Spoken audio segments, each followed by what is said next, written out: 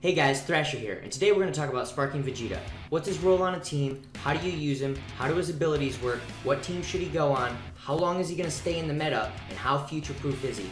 We'll go through all of it. Let's get into it right now. Okay, so the first thing we should probably do is talk about Vegeta's role on a team. He is a glass cannon, and he is excellent at it. He does a ton of damage, and he has very, very little survivability. So you put him in on your team to do a ton of damage, don't take any hits, switch into a tankier unit, let yourself get your cards back, switch back to Vegeta, and pump that damage out again. That's pretty much how he works. So what we should do now is jump into his abilities and look at how exactly he does that. Okay, so if we open up his abilities and we go over to ability, he has three main things going for him. So the great thing about Vegeta is he is the big time Piccolo counter. So Piccolo is probably the best character in the game right now. He's an excellent tank, and Vegeta was built to blow a hole in Piccolo and quickly. He does a ton of blast damage. He already has type advantage over Piccolo. And while this unique ability right here doesn't help him against Piccolo, it's nice to have 20% bonus damage against certain characters. Super Warriors are characters like Tien. A lot of the human Z fighters are Super Warriors, but the two that allow him to really blow Piccolo up are this Z ability right here, which increases blast damage for all Saiyans, which is nice because a lot of people, along with their Vegeta, will be running Super Saiyan Goku, possibly the Extreme Goku, which is the blue one, or the main character of the game, who's Shallot. And all of them don't necessarily have the best blast stats. They're all very strike heavy, except for Super Saiyan Goku. That makes him actually very good on the blast side, and it makes Extreme Goku and Shallot more balanced on the blast side. So that's nice overall. Plus it just makes Vegeta do a ton more damage. And then here's the big one right here. If you use Vegeta's main ability, it's going to increase his blast damage by 50% for 20 timer counts. That's massive. He will destroy almost anyone. One thing I should mention is timer counts are not seconds, so it's not 20 seconds of gameplay. A timer count is 1 second of animation action. So if someone shoots off a long key barrage, that normally will only take 1 to 2 timer counts depending on when it actually started, even though it lasts for 3 to 4 seconds. So the key thing to remember about Vegeta is you don't want to use strike arts cards with him. If you have to make the combo longer, do it. But the real key to Vegeta is using blast damage, because his key blasts hurt bad.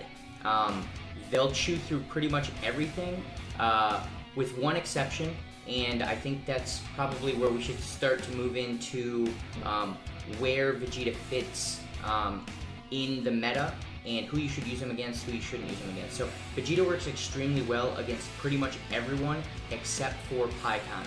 Pikkon is pretty much built to be Vegeta's hard counter. So Pikkon has type advantage over Vegeta. Vegeta has terrible strike defense, and Pikkon has the best strike offense in the game. Pikkon also has the second best or best health pool in the game, depending on what level bracket you are playing in at the time. So Pikkon all around is built to destroy Vegeta. So if someone on the other team is using Pikkon, you need to make sure that on your team you have an answer to Pikkon that is not Vegeta, or you're going to be in a lot of trouble. So like if you've got Vegeta and then maybe Piccolo as your tanking unit, and you don't have another unit that can pump out damage to stop Pikkon, Pikkon's probably just going to roll through your team. So keep that in mind when building teams out. Generally, Vegeta will fit on absolutely every team in the game. The only sort of exception is if you're running a gimmick team. So if you're running a self-destruct team with Chaozu and Cybermen, he wouldn't really fit on that. You could sort of make him fit as your third, I guess, if you wanted. Doesn't make a lot of sense. He probably wouldn't fit on a Ginyu Force team, although, you know, you could throw him on there if you want to use him as attacker, and then have 2 other Ginyu Force members as attackers. But in reality, he will work on pretty much every team. That's the key thing. Piccolo is the best character in the game, period. But as far as damage dealers, Vegeta is the best damage dealing character in the game right now, by by a very large margin. So the next thing we should probably look at are his actual raw stats. This is going to be a little tough to look at because this version of Vegeta is actually already level 1000, which is as far as you can go in the game right now.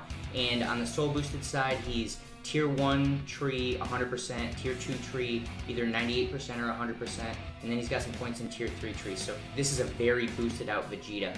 But if we just compare him to the other sparking units in the game and where their stats will eventually max out, let's just go down the list here and sort of explain where he sits and why he sits where he sits. So health, he has the lowest health pool of all sparking units in the game. Strike attack, he has the lowest strike attack of all units in the game, which is funny because he's a damage dealer, but he is very specifically meant to be that ranged blast cannon that just uses ki blast to just mow you down quickly. He's not meant to do melee damage.